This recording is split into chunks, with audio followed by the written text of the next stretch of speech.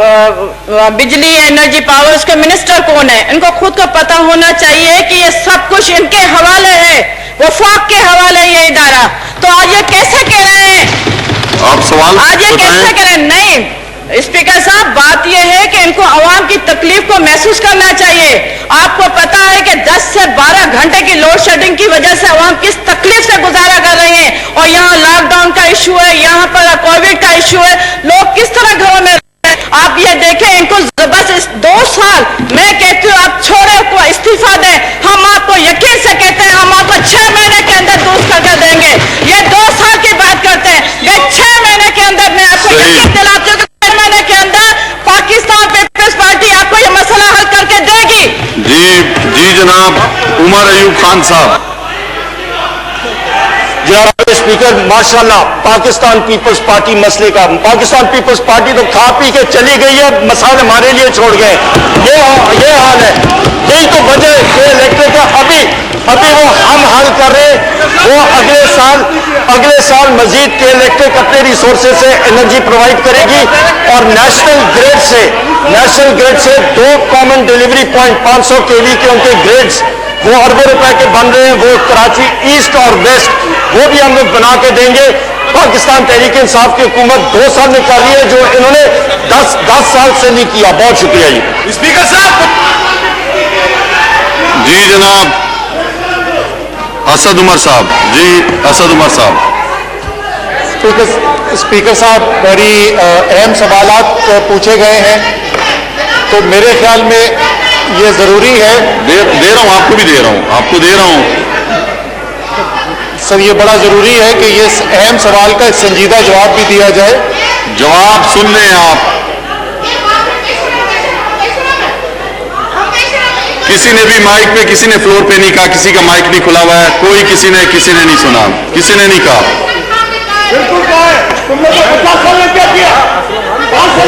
आपस में लड़ाई ना करें, सारे बैठ जाएं, असलम खान आप बैठ जाएं, और आपस में एक दूसरे को ताने ना कसें। असलम खान, मैं आपको कह रहा हूं, आपको तंबीह कर रहा हूं, इस तरह नहीं करें। ओके, ख्वातीन के साथ इस तरह की बातचीत ना करें, आप एहतराम करें ख्वातीन का। आप बैठ जाएं प्लीज। स्पीकर साहब बैठ जाएं, मैंने कह दिया, मैंने कहा उनको आप बैठ जाएं, आप बैठ जाएं। ख्वातीन के साथ इस तरह आपस में बातचीत ना करें प्लीज। स्पीकर साहब, सबसे पहले तो मैं तमाम मेंबरान से खुसूसी तौर पे तहरीक इंसाफ के मेंबर से बोलूंगा कि जो अल्फाज का चुनाव हो वो मुनासिब रखें। इस हाउस के अंदर अल्फाज जरा मुनासिब इस्तेमाल करें। मैंने तंबीह की है, आइंदा कोई भी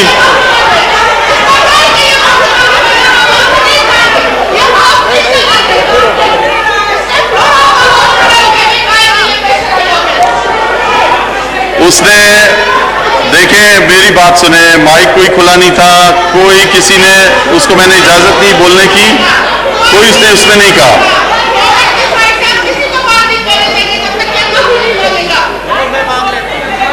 असलम खान साहब,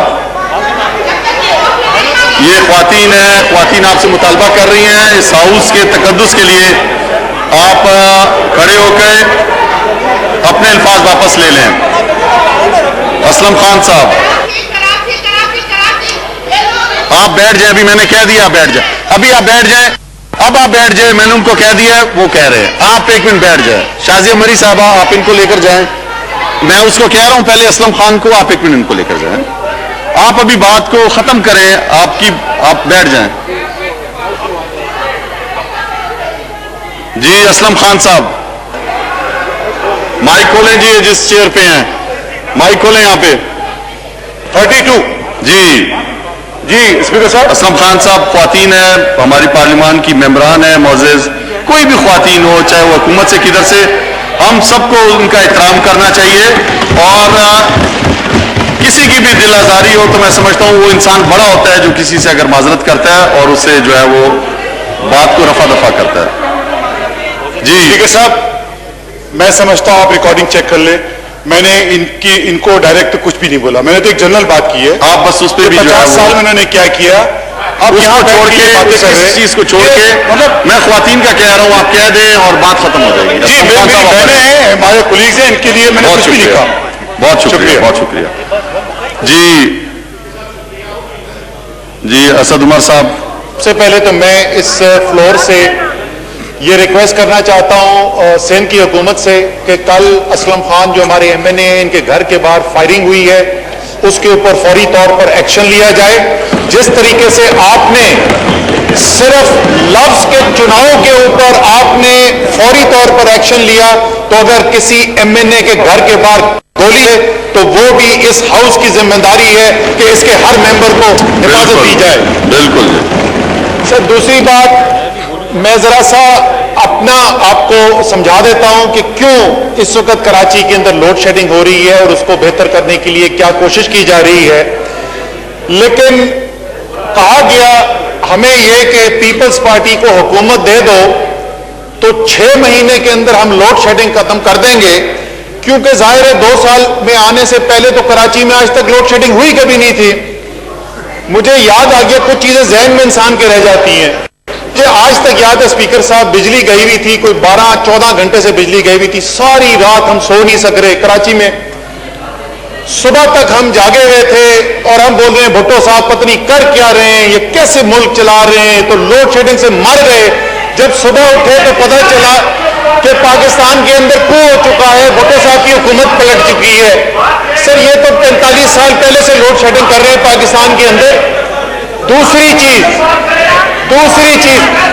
सर, मेरी रफीउल्लाह साहब, आप जो है ना हद पार नहीं कर रहे हैं, बैठ जाइए। आपको मैं यार अपने सीनियर से सीखो, बात सुनना सीखो, अपने सीनियर से तो बैठ के चुप करके सीखो। आप रफीउल्लाह साहब, मैं आपको बार बार तंबीह कर रहा हूं कि आप बैठ जाए, आप बैठ जाएं। आप बार बार मत बोलें, आप अकेले नहीं है इस हाउस में, आपने पूरा इस हाउस को जो है यरगबाज बना देते हैं खड़े होके। आप करना क्या चाह रहे हैं? आप हर दफा खड़े हो जाते हैं, आप चुप करके बैठे। आपको मैं वार्निंग दे रहा हूं, आइंदा आप आइंदा इस तरह नहीं करेंगे बिल्कुल। सर, दूसरा सवाल जो उठाया गया वो के इलेक्ट्रिक में बहुत सारे सवाल उठाए गए। हमें यह भी बताया गया कि डावोस जाते हैं वो, क्योंकि ये तो के इलेक्ट्रिक की प्राइवेटाइजेशन निजकारी तो की तहरीक इंसाफ ने, ऐसे लग रहा है इनकी बातों से। सर, के इलेक्ट्रिक की निजकारी की गई थी पाकिस्तान मुस्लिम लीग की हुकूमत में। उसके बाद 5 साल पीपल्स पार्टी की हुकूमत रही। अल्हम्दुलिल्लाह ये हाउस प्रिविलेज है कि उस पीपल्स पार्टी की हुकूमत के वजीर बिजली जो बाद वजीर आजम पाकिस्तान बने, राजा परवेज अशरफ साहब मौजूद हैं। मैं उनसे रिक्वेस्ट करूंगा वो भी खड़े होकर बताएं कि ये इतनी क्रिमिनल आउटफिट जिसने के इलेक्ट्रिक को खरीदा हुआ था तो इन्होंने उसको क्यों नहीं पकड़ा। फिर उसके बाद आ गई मुस्लिम लीग नून की हुकूमत, 5 साल अल्हम्दुलिल्लाह वो भी हुकूमत चली। और इस हाउस की खुशकिस्मती देखिए कि मुस्लिम लीग नून की हुकूमत के वजीर बिजली ख्वाजा आसिफ भी इस वक्त हाउस में मौजूद हैं। हम उनसे भी यही सवाल पूछेंगे कि ये मेंबर्स ऑपोजिशन के पूछ रहे हैं कि के इलेक्ट्रिक का जो मालिक है वो बहुत बड़ी क्रिमिनल आउटफिट है, तो इन्होंने 5 साल और इन्होंने 5 साल उस पर एक्शन क्यों नहीं लिया? तो इसका जवाब तो हम उनसे इंतजार करेंगे। अब मैं आपको बता दूं कि लोड शेडिंग हो क्यों रही है। सर, लोड शेडिंग इसलिए हो रही है कि हमने जिस वक्त कराची की मांग बढ़ती गई,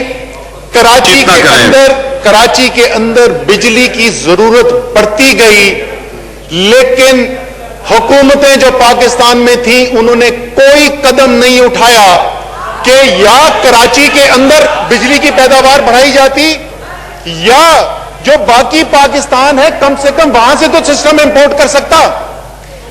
पूरे पाकिस्तान के अंदर बिजली के कारखाने बढ़ते चले गए। हमने इश्तिहार देखे, आज भी हम तकरीरों में सुनते हैं कि 10,000 मेगावाट ऐड हो गया। उसकी कीमत आज अवाम भी पेश कर रही है, लेकिन कराची जिसको बिजली की जरूरत है वो उन कारखानों से बिजली नहीं ले सकती, क्योंकि जो ट्रांसमिशन और डिस्ट्रीब्यूशन के निजाम के अंदर कराची में तब्दीली लानी थी वो नहीं की गई। और शायद वो इसलिए नहीं की गई, स्पीकर साहब वहां पीछे बैठते थे बैक बेंचेस के अंदर ऑपोजिशन की, इसी हाउस के अंदर उस वक्त के वजीर बिजली ने खड़े होकर कहा, और ये कराची की के इलेक्ट्रिक की डिबेट में कहा, Karachi is not my problem. ये कहा गया कराची को, ये कहा गया कराची को। तो जो काम उन्होंने नहीं किया वो काम अब हो रहा है। जो बिजली का निजाम में तब्दीली है, सीसीओई ने, कैबिनेट कमेटी ऑन एनर्जी ने इमरजेंसी मीटिंग्स कॉल की, कि इलेक्ट्रिक को बुलाया गया, नेपरा को बुलाया गया, एनटीडीसी को बुलाया गया, इमरजेंसी की बुनियाद के ऊपर मुआहदे कराए जा रहे हैं। जो कमिटमेंट की गई है उस प्रोजेक्ट को डिलीवर करने के लिए इंशाअल्लाह ताला ये जो ट्रांसमिशन सिस्टम और डिस्ट्रीब्यूशन सिस्टम की बेहतरी है, उस निजाम की बेहतरी के अंदर इंशाअल्लाह रिकॉर्ड टाइम के अंदर इंप्लीमेंटेशन हो जाएगी। और आप वो देखेंगे कि वो कराची जिनको ये हुकूमतें कहती थी कराची हमारा मसला नहीं है, तहरीके इंसाफ की हुकूमत कहती है कराची हमारा है, कराची के बगैर पाकिस्तान मुकम्मल नहीं। जी राजा परवेज अशरफ साहब।